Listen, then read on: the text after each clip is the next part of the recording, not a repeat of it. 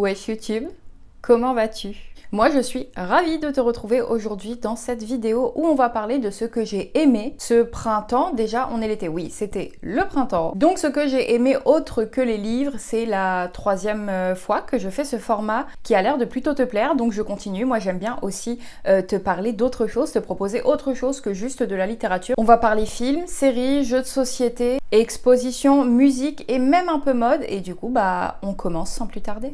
Déjà je reviens extrêmement fière pour te dire que j'ai regardé pas un mais deux films cette saison et j'ai envie de t'en parler. Parmi ces deux films, il y en a un que j'ai beaucoup aimé et un que j'ai adoré. Celui-ci n'est autre que The Substance, réalisé par Coralie Farja, dont on a énormément entendu parler, avec nul autre que la reine Demi Moore. J'avais très envie de le voir depuis sa sortie en salle, mais comme le cinéma c'est un petit peu compliqué pour moi, j'ai attendu sagement qu'il sorte sur Canal et donc j'ai pu le regarder. Avec mon mec qui je pense a beaucoup moins apprécié que moi, mais moi en tout cas j'ai beaucoup aimé ce film. C'est l'histoire de la vedette d'une émission un peu d'aérobic, pas d'un peu d'ailleurs, c'est carrément de l'aérobic, et qui le jour de son 50e anniversaire se voit licenciée parce que la dame est périmée. C'est bon, vous êtes vieille, merci, au revoir, nous on veut de la jeunesse, de la fermeté, bref, Hollywood quoi. C'est alors qu'elle va se voir proposer de manière un peu étrange de tester quelque chose qui s'appelle la substance, une injection qui te promet, en modifiant un petit peu ton ADN, de devenir ou redevenir la meilleure version de toi-même, donc forcément jeune et belle.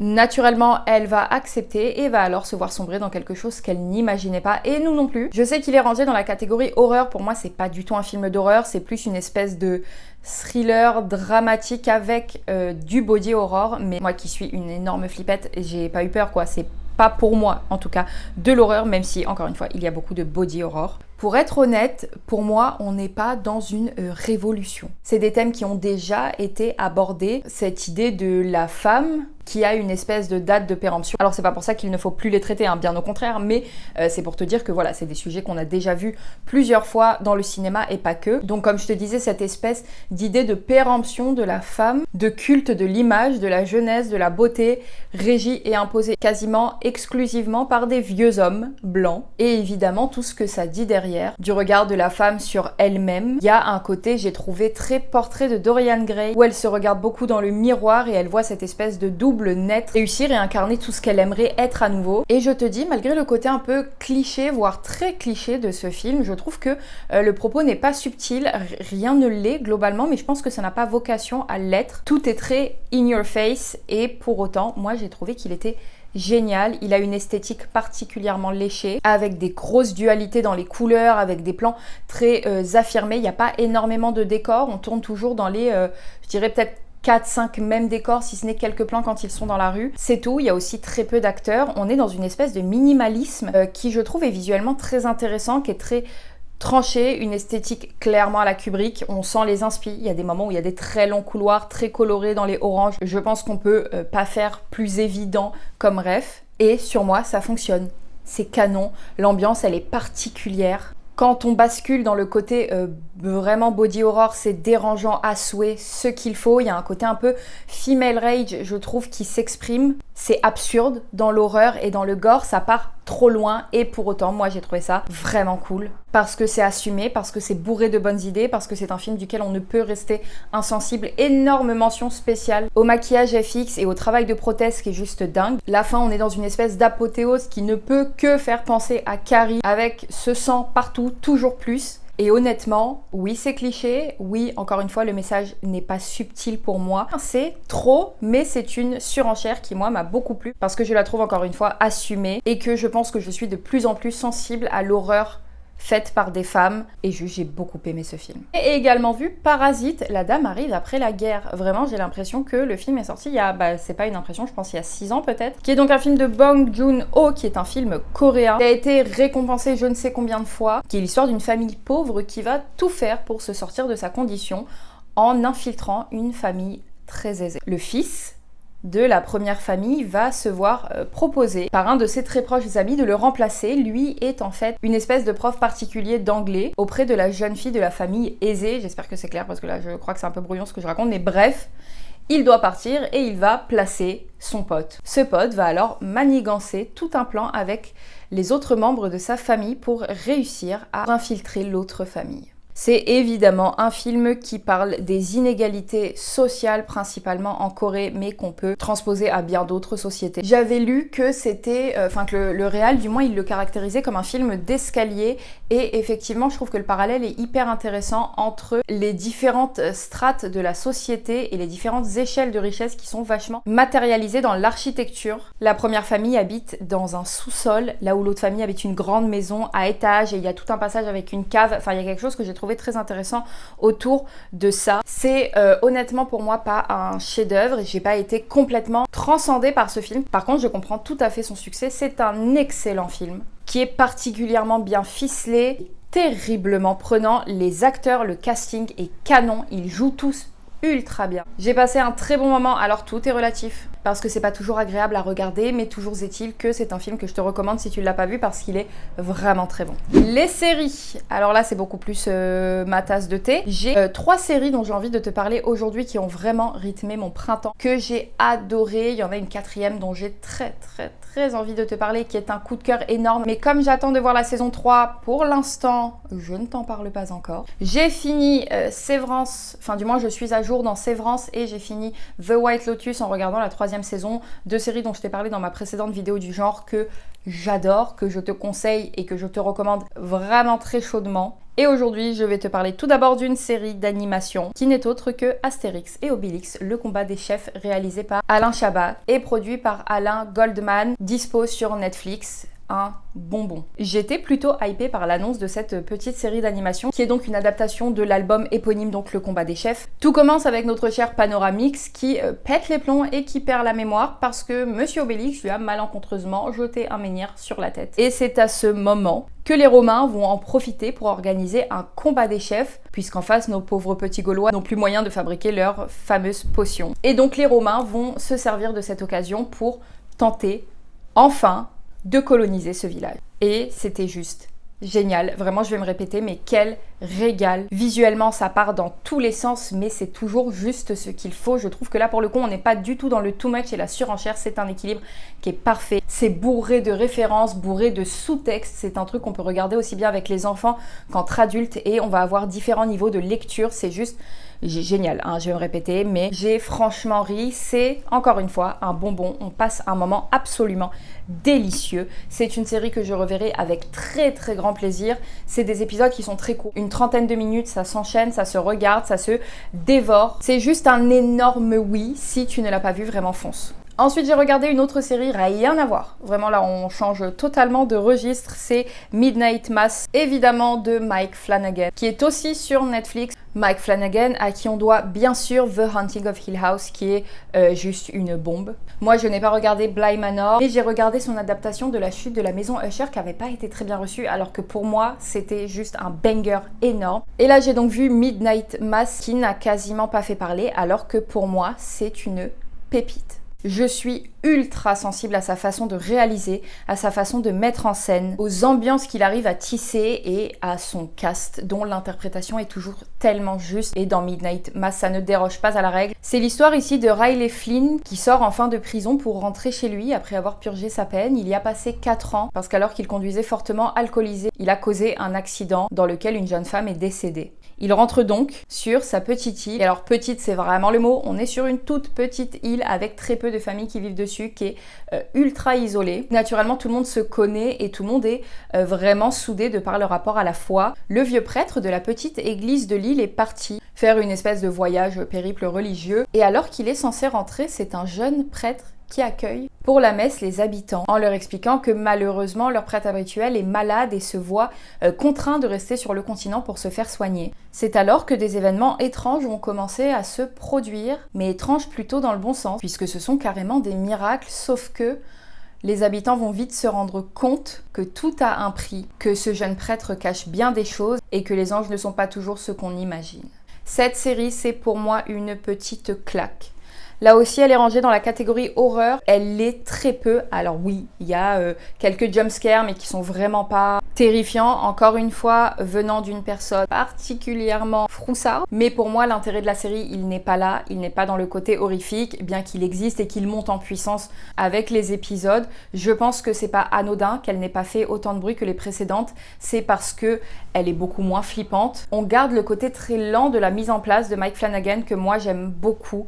J'aime le fait que ça prenne le temps de se développer, de développer les personnages, de faire monter petit à petit l'atmosphère à travers les intrigues personnelles et globales qui vont se mettre à se dessiner. J'aime la façon dont ça prend le temps, comme je te dis, de s'installer parce que je trouve que c'est terriblement intelligent.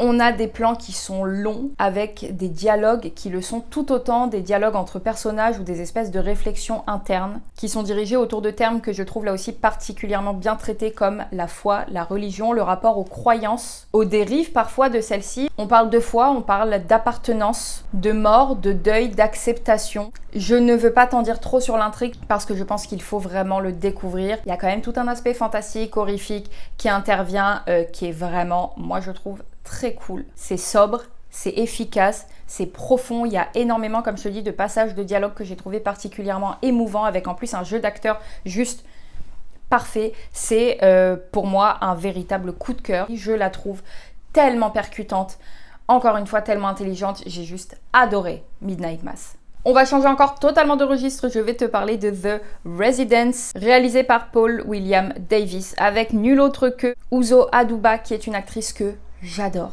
et dont le rôle ici lui colle à la perfection. C'est une mini-série avec, je crois, 8 épisodes à peu près d'1 heure. Cette série, c'est un petit délice pour un peu qu'on aime les histoires à la Cluedo, Hercule Poirot, Agatha Christie, un peu la tradition de ce genre d'enquête-là. Si ce sont des choses qui te parlent, fonce, tu ne vas pas être déçu. Moi, je suis pas très, mine de rien, enquête, etc. Et là, pour autant, j'ai adoré. On est à la Maison Blanche, en pleine soirée, tu sais, un peu privée. Et alors, un drame survient.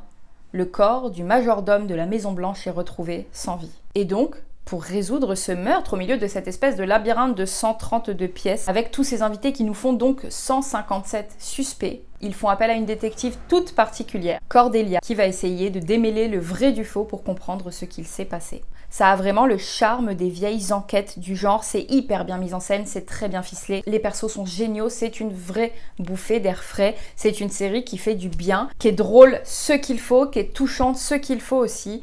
C'est juste ultra efficace pour moi. Elle a presque un côté un peu, je te dis, nostalgie de ce style d'enquête-là. C'est terriblement bien fait. Vraiment, j'ai pas grand-chose à te dire dessus de plus que ça parce que j'estime qu'elle vaut vraiment le détour et qu'il faut s'y plonger et se laisser prendre dans cette enquête. Et je maintiens, c'est une série tout à fait charmante qui, j'en suis sûre, saura séduire beaucoup de gens et c'est pour ça que je tenais à t'en parler aujourd'hui. On va passer rapidement sur les expos et les artistes. Alors j'ai pas fait d'expo là cette saison, j'ai pas trop bougé parce que voilà. Par contre il y a une expo qui me tente énormément, de laquelle j'ai envie de te parler brièvement. C'est une expo photo qui est actuellement en cours au Hangar 107, qui est un centre d'art contemporain à Rouen et qui met en avant l'œuvre de Fabrice Fournier, de son nom d'artiste Mister Fifou. Nul autre que l'un des plus grands photographes du rap français. C'est un artiste dont j'aime particulièrement le travail. Tu sais que j'aime beaucoup le rap, que j'en ai écouté beaucoup, que j'en écoute encore beaucoup. Et si on est auditrice ou auditeur de rap, on ne peut pas être passé à côté de certaines pochettes réalisées par Mister Fifou, parce qu'il a réalisé tellement de pochettes d'albums qui sont devenues iconiques. Et je suis ravie que son œuvre soit mise en avant dans une expo photo parce que c'est pour moi un véritable poète des images. Je sais que j'avais lu quelque part que il était qualifié de narrateur visuel et c'est terriblement vrai. Il a une façon de traiter l'image qui est juste, qui est impactante, terriblement sensible. Je suis ravie qu'on sorte un peu du côté commercial et uniquement pochette de rap et qu'on mette en avant l'œuvre de cet artiste parce que c'est un travail fantastique. C'est quelqu'un qui prépare énormément ses compos en faisant des croquis, en se laissant inspiré par beaucoup de choses, le cinéma, la musique évidemment, la photographie, les arts visuels, qui se laisse porter par les projets musicaux qu'on lui propose, qui parfois fait des propositions avant même d'entendre le projet sur simplement les quelques bribes d'explications qu'il a. Il se laisse énormément porter par ses émotions, par ses ressentis, et à partir de ses compositions, il met en scène des photographies qui sont juste canon et qui en plus, je maintiens, sont iconiques dans l'histoire du rap français. Bref, j'aime beaucoup, tu le comprends, le travail de Fifou et je suis ravie qu'il soit mis en avant et du coup j'avais très à cœur de t'en parler. Il y a d'autres expos que j'ai envie de faire mais je ne sais pas si je pourrais. Je pense par exemple à l'expo en ce moment d'Ernesto Neto au Grand Palais qui est un artiste plasticien qui fait principalement des installations avec un parti pris je trouve très fort puisqu'il laisse les gens toucher, s'approprier l'espace, entrer en contact avec les choses qu'il met en place. Je crois que là au Grand Palais il y a tout un travail autour du crochet. Tu sais que moi j'adore tout ce qui est filet, hein, on en a déjà parlé. Et donc je suis très intriguée par cette expo. Avant de parler des jeux de société et de ma petite playlist de la saison passée, j'avais envie un peu de te parler de mode. Alors je sais pas trop si ça a de l'intérêt, mais je me dis qu'on va tenter. J'ai envie de te parler des quelques pièces que j'ai adorées cette saison. J'aime beaucoup les vêtements. Je crois que c'est un petit peu un problème. Hein, entre les livres et les vêtements, faut doser. Il y a 2 pièces que j'ai vraiment saignées ce printemps.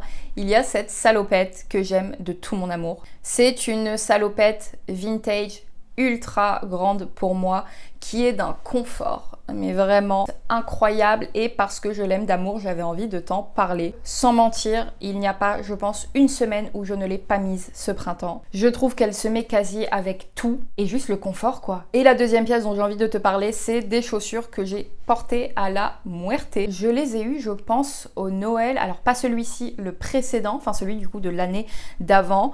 Et vraiment, ce printemps, je les ai portées quasi un jour sur 2 parce que je les aime d'amour. Je trouve qu'elles contrastent grave avec mon style et je sais pas, elles sont beaucoup trop mignonnes. C'est les Doc Martens Mary Jane, donc c'est les 80-65. Donc moi, je les ai en cuir smooth et juste elles sont adorables. J'ai mis un peu de temps à les faire à mes pieds, hein. Ce sont des Doc et ce ne sont pas pour moi les plus confortables des Doc, mais maintenant je me sens hyper bien devant. J'aime beaucoup les Doc, c'est certainement ma marque de chaussures. Bref, là, hein, je te l'ai dit déjà à plusieurs reprises, mais je suis un cliché ambulant et ces chaussures, je les ai portées et je continue de les porter parce que je les trouve juste adorables. Voilà. On va passer à une des catégories que tu préfères, j'ai l'impression, c'est les jeux de société et il n'y en a qu'un dont je vais te parler parce que globalement les jeux de société ça coûte un petit peu cher, que du coup j'aimerais en acheter beaucoup mais je ne peux pas, je suis contrainte de me réfréner et parce que j'ai déjà pas mal de jeux de société auxquels on joue beaucoup mais il y en a un qui est entré clairement encore une fois après tout le monde dans ma ludothèque et qu'on n'a pas arrêté de sortir à 2, à 3, à 4 avec des gens qui aiment jouer, des gens qui aiment moins jouer, c'est le petit, mais ultra connu, Odin. C'est un jeu donc de Gary, Kim, de Hope, de Huang et Johan Gott, avec des illustrations de, n'hésitez pas à nous mettre s'il vous plaît les illustrateurs, illustré par Corcotam et édité par Helvétique. C'est un petit jeu de cartes, presque tout ce qu'il y a de plus classique, avec un petit twist qui le rend absolument génial. C'est un jeu de défausse. Le but est simple, c'est donc d'être le premier ou la première à se débarrasser de toute sa main. Pour ce faire, on a plusieurs couleurs numérotées de 1 à 10. On commence chacun et chacune avec une main de 9 cartes de départ qui va nous permettre de faire des associations pour se défausser de nos cartes.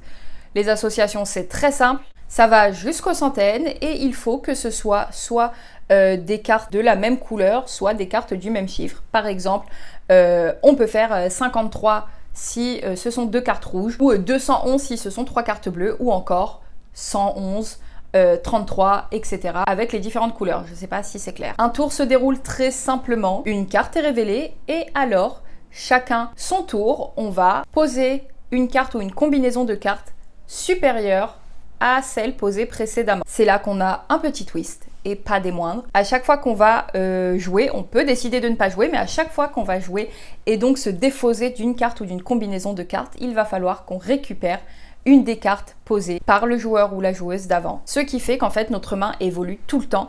On est contraint de jouer avec le jeu qu'on a, mais le jeu en fait qui se construit au fur et à mesure parce qu'on doit à chaque fois se défausser mais récupérer une carte et décider est-ce que oui ou non ça vaut le coup de jouer pour récupérer cette carte ou pas. C'est tellement intelligent comme petit jeu. La rejouabilité, elle est juste excellente, c'est ultra efficace, on enchaîne les parties, ça s'explique en 3 minutes, je suis pas la meilleure pour expliquer les jeux, j'espère que tu as compris, mais vraiment ça s'explique super rapidement, ça se prend en main très vite et c'est juste un petit plaisir. C'est addictif et je te dis moi Odin, je n'arrête pas de le sortir depuis 2 mois maintenant je pense. C'est juste un petit jeu génial à avoir. Pour terminer sur les jeux, je vais te parler de 3 jeux, dont un qui est déjà sorti et 2 qui vont sortir là, je crois, dans le mois qui arrive et qui m'intriguent terriblement. Je t'en parle parce que je ne sais pas si je vais pouvoir me les offrir. Mais comme j'ai remarqué que j'étais pas la seule à aimer les jeux de société, je me dis que ça peut être cool de te partager ma petite wishlist un peu du moment. Il y a Toy Battle qui est un jeu du grand Paolo Mori avec Alessandro Zucchini, Paul Mafayon à l'illustration et édité en France par Repos Productions. C'est un jeu de joueurs avec des parties environ de 20 minutes, 8 ans et plus, qui a l'air juste d'être une petite bombe. C'est un jeu donc d'affrontement où on va avoir plusieurs plateaux avec chacun leur petite spécificité et où, si j'ai bien compris, chaque personne va devoir poser des tuiles pour former une espèce de chemin dans le but d'aller occuper le quartier général de l'adversaire. Chaque tuile te permettant de avoir un petit effet. Donc je dis n'importe quoi, mais de récupérer une tuile, d'échanger une tuile, etc. J'adore vraiment le fait qu'il y ait plusieurs plateaux avec chacun leur petite particularité. Je crois qu'il y a 8 plateaux, donc 4 plateaux réversibles. Voilà, il me donne ultra envie. Tout comme Eternal Dex, qui là n'a rien à voir. On est sur un jeu coop 1 à 4 joueurs avec des parties d'environ 35 minutes, 10 ans et plus, qui a l'air sublime. C'est un jeu de construction de deck où je crois qu'on part avec une main de 5 cartes de départ et on va devoir recruter des decks pour réussir à retrouver les éternels. Ça a l'air canon, vraiment le jeu est beaucoup trop beau. J'ai pas encore regardé de partie commentée, il faut que je le fasse, mais déjà visuellement je suis ultra hypée. C'est un jeu, je ne t'ai pas dit, mais de Hiroken, illustré par Mijun-cha et qui est édité en France chez Trick Takers Game. Je n'en sais pas vraiment plus, mais il m'intrigue terriblement, j'adore les jeux coop. Et du coup voilà, il est sur très haut sur ma wishlist. Et le petit dernier qui lui est sorti, c'est La Cour de Versailles, qui est un jeu de draft et de collection. 2 à 5 joueurs pour des parties d'environ 20 minutes et qui est 14 ans et plus, donc on commence à être sur un peu du sérieux en termes de réflexion. C'est un jeu de Léo Blandin qui est illustré par les peintres du grand siècle, qui est donc sorti là récemment chez Chèvre Édition. Donc comme je te disais, c'est un jeu de draft et de collection où on va devoir composer un cercle de 9 cartes, combinant les pouvoirs de nos personnages, parce que c'est donc un jeu qui se base sur les personnages de la cour de Versailles, et donc avoir le plus de pouvoir, marquer le plus de points grâce à ces combinaisons. Ça a l'air d'être tout à fait mon style de jeu. C'est en plus un thème que je trouve très cool. Là, j'ai vu des parties commentées et il y a tout un explicatif de pourquoi est-ce que tel perso s'entend bien avec tel perso, se combine mal avec tel personnage, etc. en fonction de leur réel vécu. Je trouve ça ultra cool. Il me donne terriblement envie. En plus, je crois que c'est un jeu qui est autour des 20 €, peut-être un petit peu moins. Et voilà mes envies jeux de société du moment. Pour terminer, sans que cette vidéo soit trop longue parce que j'ai l'impression qu'elle l'est déjà, et avant de te présenter rapidement ma petite playlist, j'ai découvert les Book Nook. Pour mon anniversaire, mes nièces m'ont offert un Book Nook, mon mec aussi, ils ont eu exactement la même idée. Et donc, j'ai commencé à construire des petits Book Nook. Ce sont donc ces espèces de petites maquettes qui se calent dans ta bibliothèque avec des petites lumières, plein de petites choses à construire. La première, je crois que je l'ai faite avec ma mère et on a dû mettre à 2, je pense, 3 heures. La deuxième, je l'ai faite avec mon copain et on a mis pour le coup, je pense, plus autour des 7h30. C'est hyper mimi dans ma bibliothèque. C'est très cool à faire. Alors moi, ça ne me détend pas du tout. Les gens que ça détend, vraiment, vous me fascinez parce que moi, ça me détend pas. Mais c'est quand même super plaisant de voir ce petit monde miniature prendre vie. J'avais envie de t'en parler parce que j'ai trouvé ça très chouette et je trouve que c'est vraiment un chouette cadeau. Donc je me suis dit que je t'en parlerai. Et on va passer maintenant à la musique. Comme d'hab, je ne peux pas mettre d'extrait ici. Ce qui est bien dommage, mais je me tâte à te faire mes petites playlists de la saison ou peut-être du mois sur TikTok ou Instagram en format court. Voilà, je sais pas si ça peut être intéressant, mais moi j'aime la musique. Et du coup, je vais te donner les 10-12 titres qui ont rythmé mon printemps. Comme d'hab, tu vas le voir, c'est un peu chaotique. Je vais commencer par la découverte d'Ino Casablanca, qui est un jeune rappeur, avec par exemple son titre Ciao My Love. Il fait intervenir plein de sonorités d'un peu partout qui se mélangent. C'est ultra original, ça me fait un peu penser à Tif, qui est un rappeur algérien que j'aime beaucoup, et j'aime les gens qui expérimentent. C'est entraînant, c'est chouette, il tente des choses, ça me plaît. J'ai beaucoup écouté Exit Music de Radiohead. J'ai eu ma période un peu, j'ai besoin de musique planante. Radiohead, voilà, hein, dans mon cœur pour toujours, et celle-ci a vraiment rythmé mon printemps. Tout comme Aucun rapport, mais Discipline de Wamen. Je suis tombée sur un extrait où elle chantait, je crois, sur Planet Rap. Et je me suis dit, non, la dame a un truc. Je suis allée écouter et j'ai écouté Discipline en boucle. Il y a une vibe un peu R&B à l'ancienne, mais un peu soul qui est ultra agréable pour mes petites oreilles. Elle chante beaucoup trop bien. Et c'est, voilà, je l'ai écouté en boucle parce que c'est beaucoup trop cool. J'ai adoré faire mon ménage sur Anxiety des Black Eyed Peas et de Papa Roach, qui est un classique. Vraiment, on ne s'en lassera jamais, mais là, je l'ai vraiment réécouté en boucle. Tout comme Between Angels and Insects de Papa Roach, encore une fois, qui est un son que je ne connaissais pas du groupe. Pour rester un peu dans la même DA, j'étais dans un mood bagarre. Bagarre tranquille chez moi sur mon canapé, hein. Mais j'avais envie de réécouter du Limp Bizkit et naturellement, Break Stuff était tout le temps dans mes oreilles. J'ai découvert ma nouvelle reine, je suis absolument fan d'elle, c'est Theodora. J'ai envie de te dire comment ne pas être fan de Theodora. C'est une jeune artiste à un univers complètement fou, complètement barré. Je t'ai dit, j'aime les gens qui tentent des choses, j'aime les gens qui n'ont pas peur de sortir des cases dans lesquelles on aurait envie de les mettre. Comme tout le monde, j'ai tapé mes meilleurs déhanchés sur Congolais sous BBL et j'ai passé mes journées à écouter. Ils me rient tous au nez. Son nouvel album vient de sortir, c'est un banger. Theodora, Theodora, Theodora, la propagande de mon côté est en marche. Pour retourner un peu dans le côté nostalgie, je t'ai dit, tu le comprends, je suis une grande amoureuse de rap. Et qu'est-ce que j'ai pu écouter? Gravé dans la roche de Sniper, vraiment, je sais pas ce qui m'a pris, mais c'est ce dont j'avais envie. J'ai également beaucoup écouté un son de Ziak qui s'appelle Fixette. C'est pas un rappeur que j'écoute énormément, mais de temps en temps comme ça, il y a un ou deux de ses sons qui va m'attraper et c'est totalement le cas avec Fixette, l'instru. Et étant donné que je refuse ma condition de boomeuse, je me suis laissée attraper par la hype de deux sons qu'on a vus partout sur TikTok. Évidemment, Kiki de Bondy de Hamza, je suis très bon public de Hamza. C'est pas forcément mon style de musique de base, mais je sais pas, Hamza. Voilà, je n'ai pas d'explication. Là, je peux d'ores et déjà te dire qu'il y a plusieurs de ces sons qui vont être dans ma playlist de l'été parce que je les écoute en boucle chaque été depuis des années. Hamza, tout simplement. Et Nyarly de Cat's Eye. J'avais regardé le documentaire sur Netflix de la formation du groupe Cat's Eye. Faut savoir que moi j'écoute pas du tout de K-pop, juste j'y connais rien. En fait, c'est pas que j'aime pas ça, c'est juste que je n'y connais rien. Mais je m'étais fait attraper par le concept, par l'émission. Et du coup, j'avais suivi un peu la formation du groupe. Et alors, Nyarly, non mais comme tout le monde quoi, je suis tombée dedans. C'est tout. Well done Cat's Eye. Et voilà pour cette vidéo, j'ai l'impression ultra longue, j'espère pas, je verrai au montage si j'arrive à rendre la chose un peu digeste. En tout cas, j'espère que ça te plaît toujours de voir mes petits favoris autres que la littérature. Je pense que je suis pas la seule à aimer plein de choses, à m'intéresser à plein de choses. C'est pour ça que j'aime te les partager. N'hésite pas, comme d'habitude, à toi aussi me raconter tes favoris, que ce soit musique, jeux de société, films, séries. Je prends le temps de tout noter et d'aller tout voir. J'ai d'ailleurs prévu de commencer très bientôt Shriking, je crois que ça s'appelle, dont on m'a beaucoup parlé quand j'avais parlé justement de mon amour pour Ted Lasso. Donc voilà, je lis, je note et j'aime beaucoup ça. Du coup, j'espère que cette vidéo t'a plu, que tu as passé un bon moment en ma compagnie et ne t'en fais pas, on parle de livres la semaine prochaine, mais d'ici là, prends bien soin de toi.